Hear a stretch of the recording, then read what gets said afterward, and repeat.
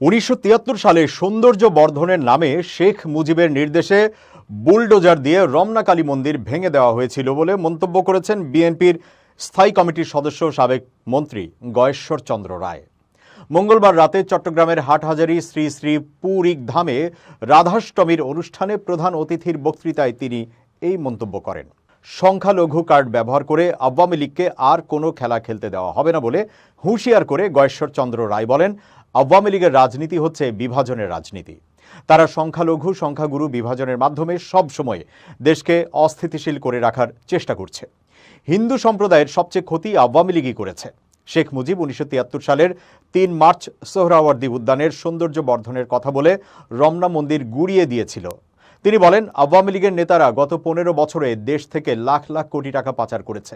কার টাকা পাচার করা হলো? আমার আপনার সকলের টাকা পাচার করা হলো। অর্থ পাচার সহ তাদের সকল অপরাধের শাস্তি পেতে হবে। তাদের বিচার এদেশের মাটিতেই হবে। তিনি বলেন, আন্দোলন চলাকালে ছাত্র জনতাকে পাখির মতো গুলি করে মারা হয়েছে। গত 15 বছর মানুষ কথা বলতে পারেনি, ভোট দিতে পারেনি। সবকিছু একটি দল ও একটি পরিবার কেন্দ্রিক হয়ে পড়েছিল। কিন্তু 5 আগস্ট পরবর্তী আওয়ামী লীগের কাউকে কিছু বলা হয়নি, ভয় দেখানো হয়নি। সাধারণ মানুষের ভয়ে তারা পালিয়ে গেছে। কারণ তাদের রাজনীতি ছিল জনগণের বিরুদ্ধে, তাদের রাজনীতি ছিল শোষণের রাজনীতি। বিএনপির নেতাকর্মীরা জনগণের রাজনীতি করে বলেই তারা ভয় পায় না। গত 15 বছর কত মামলা, কত নির্যাতন করা হলো। বিএনপি নেতাকর্মীরা কষ্ট করে তাদের আন্দোলন চালিয়ে গেছে, কিন্তু এদেশ ছেড়ে পালিয়ে যায়নি। এটিই হচ্ছে দেশ ও জনগণের প্রতি বিএনপির কমিটমেন্ট। আওয়ামী লীগের সময় আমার বাড়িতে হামলা হয়েছিল। থানায় যাওয়া হলো মামলা করতে, পুলিশ মামলা নেয়নি। কারণ কি? কারণ হচ্ছে হিন্দু হয়ে আমি কেন বিএনপি করি?